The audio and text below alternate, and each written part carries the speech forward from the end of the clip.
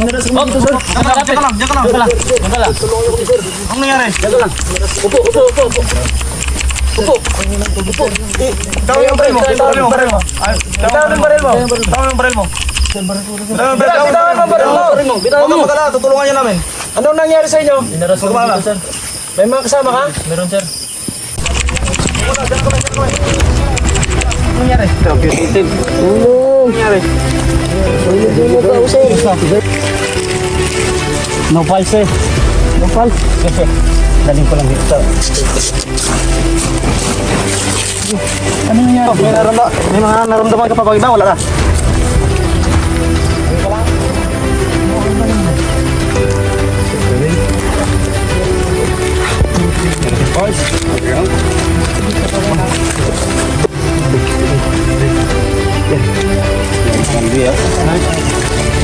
Ano bang nangyari sa inyo dito? Nangyari kayo dito? Anong oras nangyari?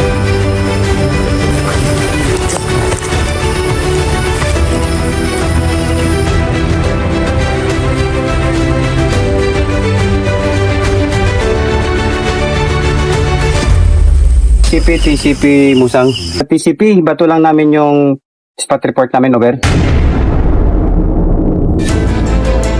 Honor about 280310 Hotel, September 2024.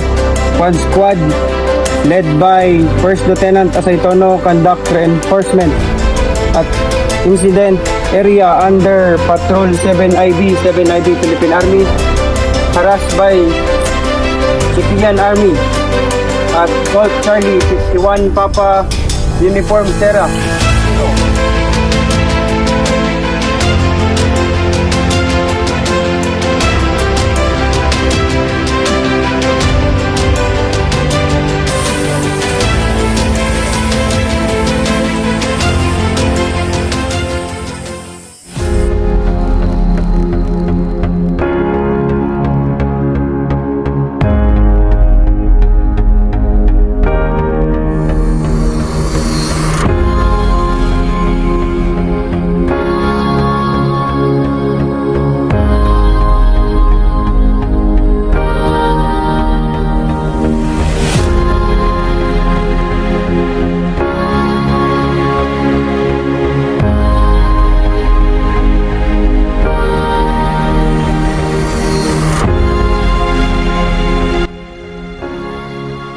Siguro ang magandang ano din is yung experience at saka yung training.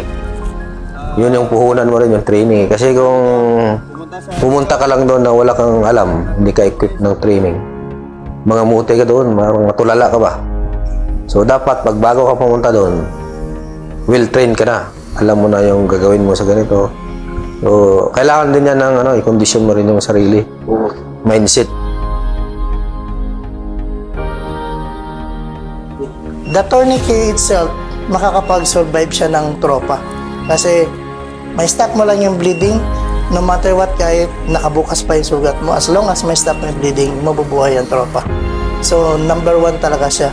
Kaya lagi namin i-emphasize, tourniquet, you need to do it, practice regularly, and make it perfect. Kasi ikaw mismo sa sarili mo, may survive mo yung buhay mo sa pamamagitan ng simple tourniquet.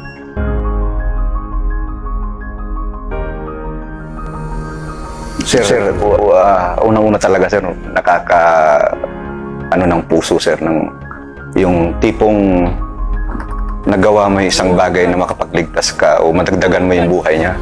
So siguro bilang sundalo sir, talagang napakahirap pero napakasarap ng pakiramdam sir na makapag-save ka ng buhay.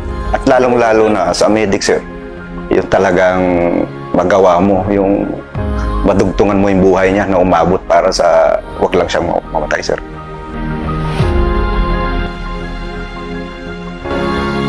Bilang isang combat casualty, ilang beses na rin ako na casualty at masasabi kong mahalaga na may alam ka sa TC3.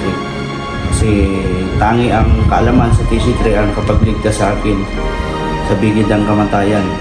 Kaalaman ng tropa na hindi nalimutan kung paano ang gawin ang mga treatment bilang isang pasyente sa akin.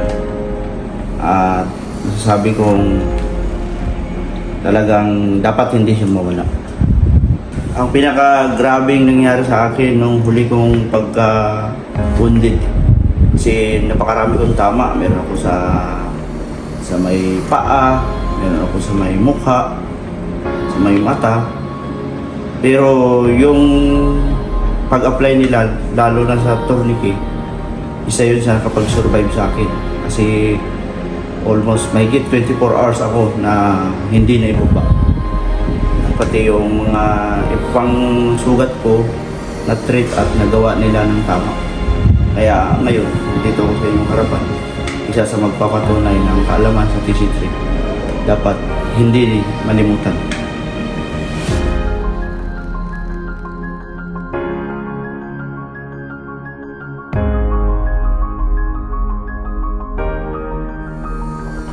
Binabahagi namin yung kaalaman namin na yan sa mga sa mga tropa natin sa field. Kasi sila kasi talaga yung pinakamalapit doon sa kung may na-wounded na tropa, sila ang pinakamalapit doon. Kaya sila ang manggagamot doon. Yung mga medic, mga nurse, mga doktor, nasa pa yan? Nasa, palagay natin, nasa division pa yan. Yung area nyo, napakalayo. So, kayo magsasama nun. Kaya dapat yung mga kasama mo nun is alam yung ganong technique. Kahit simpleng technique lang ng pag-manage ng sugat. Yun yung dapat na i-improve natin sa lalong-lalo na dito sa Ranger. No? Hanggat walang nangyari, hindi mo ma-appreciate yung kahalagahan ng medic. Diyan lang yan, sa gilid-gilid. Nasa mga shadow warrior ngayon. Nasa shadow lang yan. Pero once na kailangan mo, andyan.